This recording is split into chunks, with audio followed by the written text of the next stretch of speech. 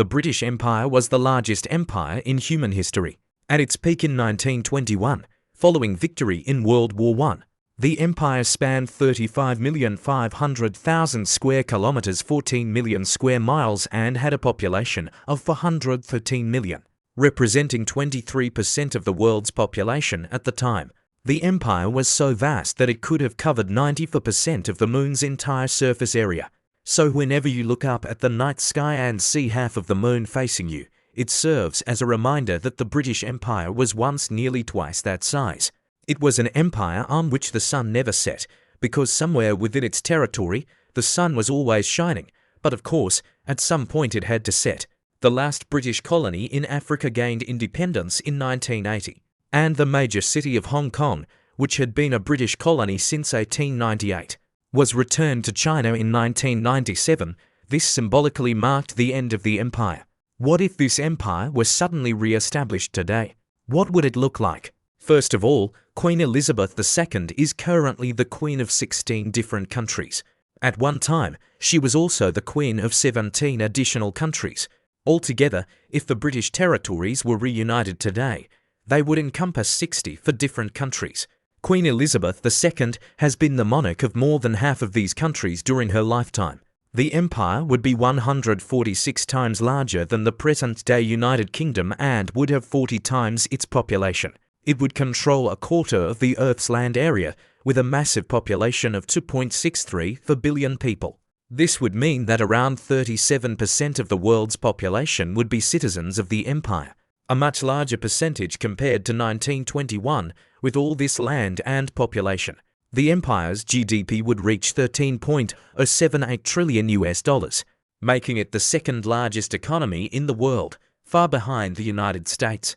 However, the empire would have an incredibly poor average population, with the average citizen earning only $4,966 per year, making it slightly poorer than modern-day Namibia.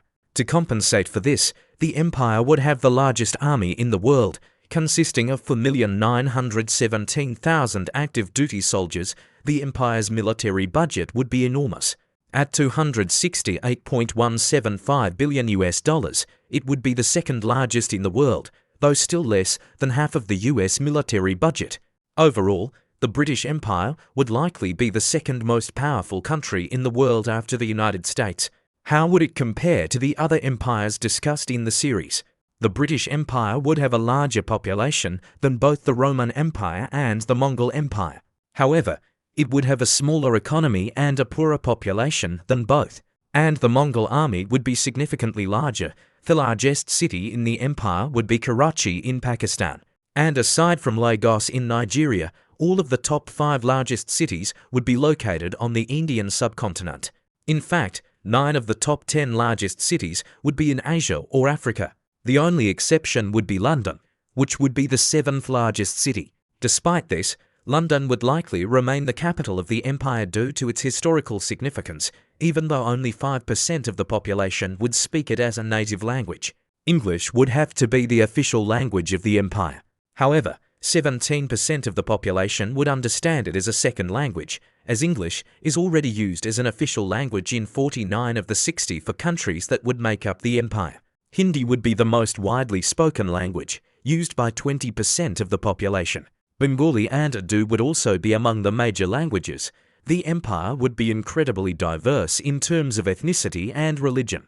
Only 5% of the population would be classified as white, while 69% would be Asian or Pacific Islander. India alone would make up nearly half of the empire's population. African and Afro-Caribbean ethnic groups would account for 19%, while Arabs and other Middle Eastern ethnic groups would make up the remaining 7%. The United Kingdom itself would represent only 2.4% of the total population. Finally, the empire's religious diversity would be just as significant. Hinduism would be the largest religion, making up 40% of the population.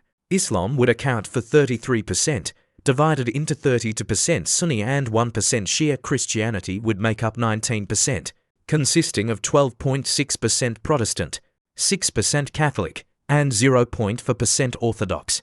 Meanwhile, Buddhism would account for 3%, Sikhs 0.8%, Jews 0.2%, other religions to 0.2%, and atheists or non-religious individuals would make up the remaining 2%, interestingly. If the original 13 American colonies from the United States were added back into the empire, this alone would increase the empire's GDP by more than $6 trillion, which is equivalent to 47% of the empire's GDP before adding them. If this were to happen, the 13 colonies would undoubtedly become the most valuable part of the empire.